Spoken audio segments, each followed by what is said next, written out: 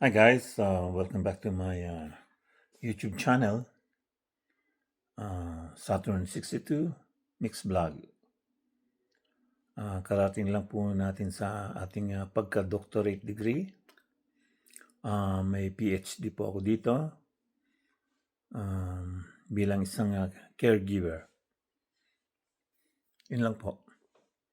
Ito, anong oras na ba? Ayan, inong oras oh. Ayun, ang oras. Yan natin ng gabi na.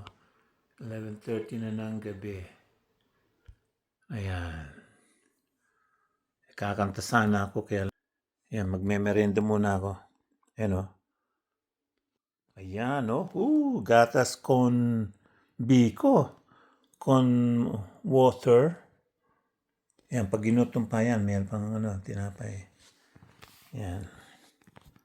Bukas na lang po ako kakanta ng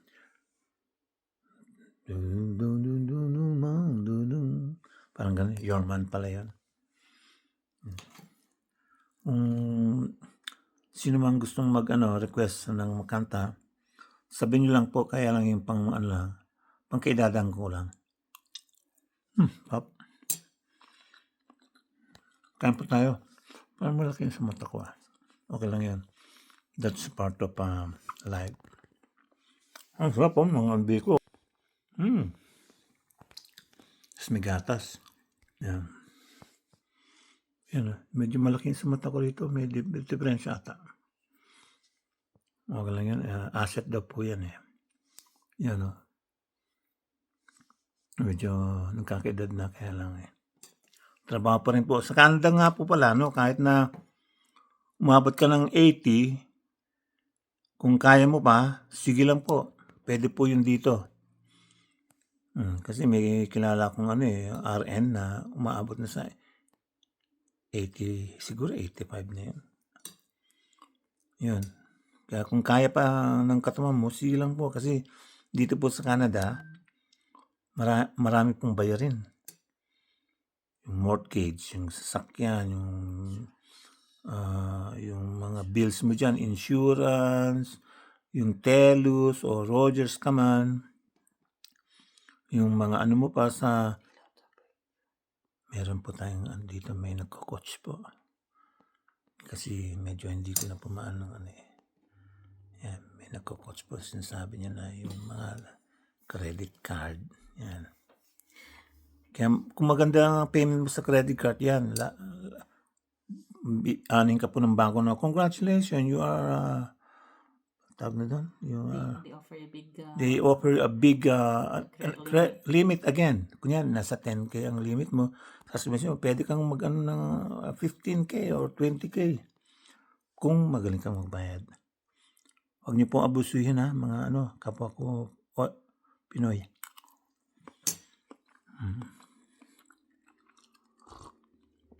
Basta masipag ka lang po talaga dito sa Canada.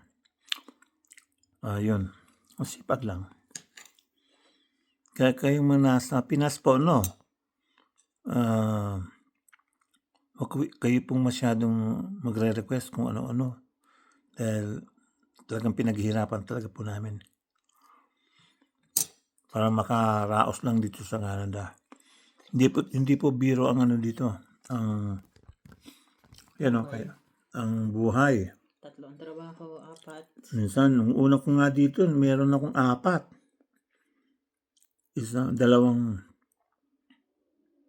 Tatlong doctorate degree. Isang part-time, 2 casual, isang school. Ay, nako, tumutulo at ang ka. Pero ngayon nagbawas na po ako. Kasi alam, pag nagkakaedad na rin, talagang ganon, magbawas ka na. Pang pang day-to-day na expenses na lang. Siyempre, mortgage. Saka dito sa Canada, kung may trabaho ka, kung ano yung gusto mong mabibili mo. Kaya yan, Yan. Pero hindi ka anak ng kontraktor, Pero hindi po ako anak ng kontraktor, No way. Ako, eto buhaya ako. Yan, buhaya yan, Pero buhaya ako sa trabaho. Hindi mga kontraktor na buhaya. No, nakakaya talaga yung mga ano natin, no? Mga opisyalis natin. Napangalanan na, Denied to death pa. ay naku talaga, kahit na ano talaga, magnanakaw, alam mo talaga magnanakaw. Hindi naman talaga po nag-a-admit ng nagnakaw sila o ganyan-ganyan. Tingnan mo, kahit na yung mga nahuhuli sa daan, to deny sila, di ba? Ganun talaga yun. Sabi nga nila, ang kasama ng magnanakaw ay sinungaling, di ba? Ba't kaya sa ibang bansa,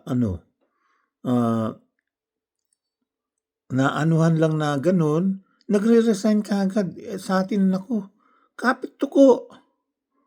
Baklahas rin, Ang kakapal na mukha. Ay, wag, medyo, naman may hypertension pa tayo. Pero talaga nakaka-hypertension talaga itong mga opisyalis natin. Magnanakaw. Nakupir mo, kagaya ko ilang trabaho ko dito sa Canada. Sila, Ang lalaki na ang lalaki na nga ang kinikita.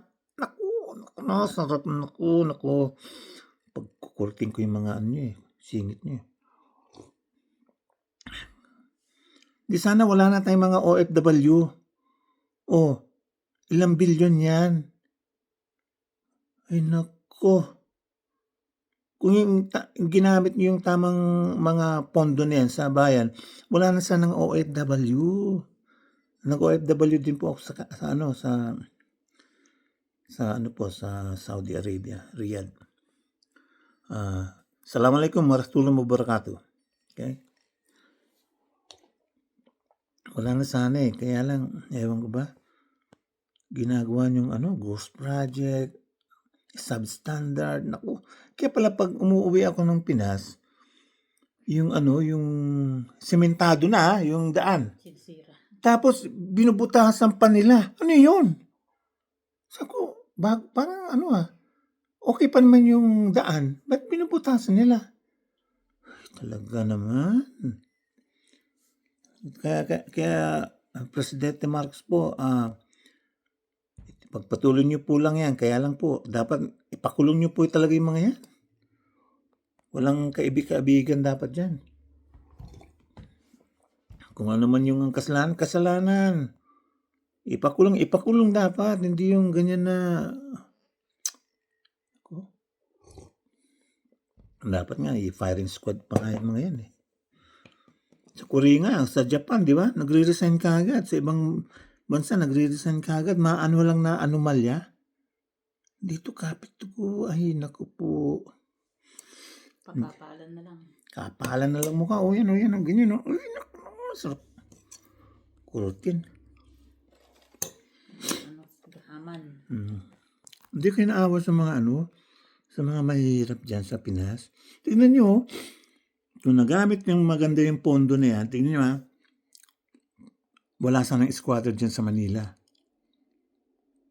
Mapapagawa nyo ng mga bliss yan. Tapos, magpagawa kayo ng mga faktorya para hindi sila aalis. Para doon sila magtrabaho. Mga semiconductor o kahit anong faktorya. Ganon. O kaya, yung mangingisda natin. Di ba? Yung mangingisda. Laging pumapalaot sa West Philippine Sea. Hinaharas ng mga Chinese na yan. Ba't hindi po tayong bumili ng mga barkong pangisda? O mga 10. Lahat ng mga na yan, i-hire yung mga, i-hire yung mga mangisda natin na kawawa naman yung mga bangka nila. Ay, naku. Tingnan mga China. Ang pangingisda nila hindi gano'n na puro bangka. Puro malalaki. Di ba? Kaya nga hinaharas yung maliliit natin bangka. Ba't yung mga pera na yan, bilyon, trilyon na nga minsan, hindi bumili ng ng mga pang malaking barko pangisda. Ay, naku, kayong nasa gobyerno. Hindi kayo mahiya. Bayaan nyo, lahat ng mayayaman, alam nyo, hindi kayo po makakapunta sa langit sa mga ginagawa nyo. At hindi nyo rin madadala yung mga kayamanan na yan. Ayun ako. Kaka-high blood kayo.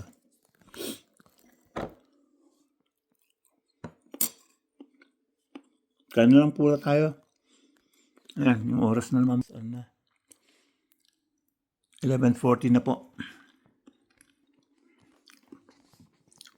O, sige po muna at kakain po muna at pasensya na po kasi tuwing na nanonood ako ng TV ng news sa atin, nakakalungkot po. Nakakasama ng loob. Nakakasama ng loob dahil eto nagsusumikap yung mga OFW papunta sa ibang bansa para masuportan lang yung kanilang pamilya. Bako minsan nagkakaiwalay pa. Yung mga ganon, tapos para kumita lang po ng ilang dolyares. Pero itong mga nasa gobyerno, Congress, nasa Senado, naku po, ano ba naman kayo? Maawa naman kayo sa mga... Maganda sana kung nangurakot kayo, no? Tapos, yung kinurakot nyo, parang Robin Hood.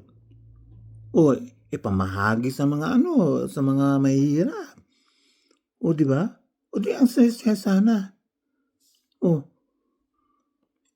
okay, gumawa kayo ng yun nga, mga bliss na yan.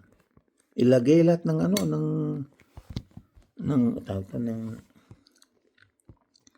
ilagay lahat sila sa isang bliss. O, kaya lang doon sa compound na yun, magtayo ng kung ano-anong mga pagkakakitaan nila kasi alam mo naman, mga professional na squatter,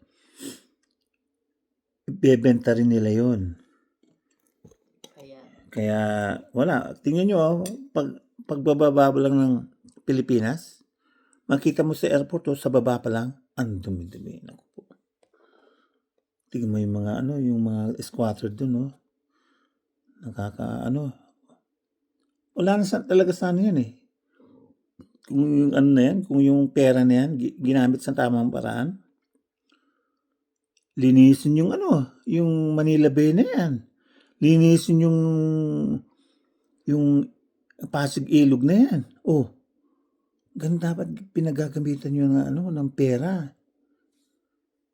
Tingnan nyo Hong Kong, ang linis-linis. Singapore, ang linis-linis. Tayo. Doon sa Makati. Paano yung mga surrounding? Kakahiya talaga.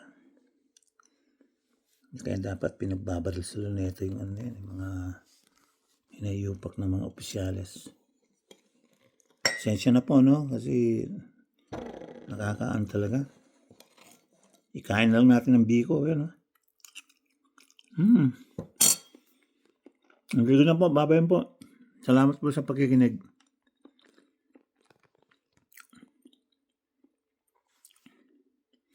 Sa susunod po ulit nating pag-vlog. Sana mag-subscribe po kayo at para po yung mga susunod na video po sa inyo. Sige po, bye-bye. Salamat sa pakikinig.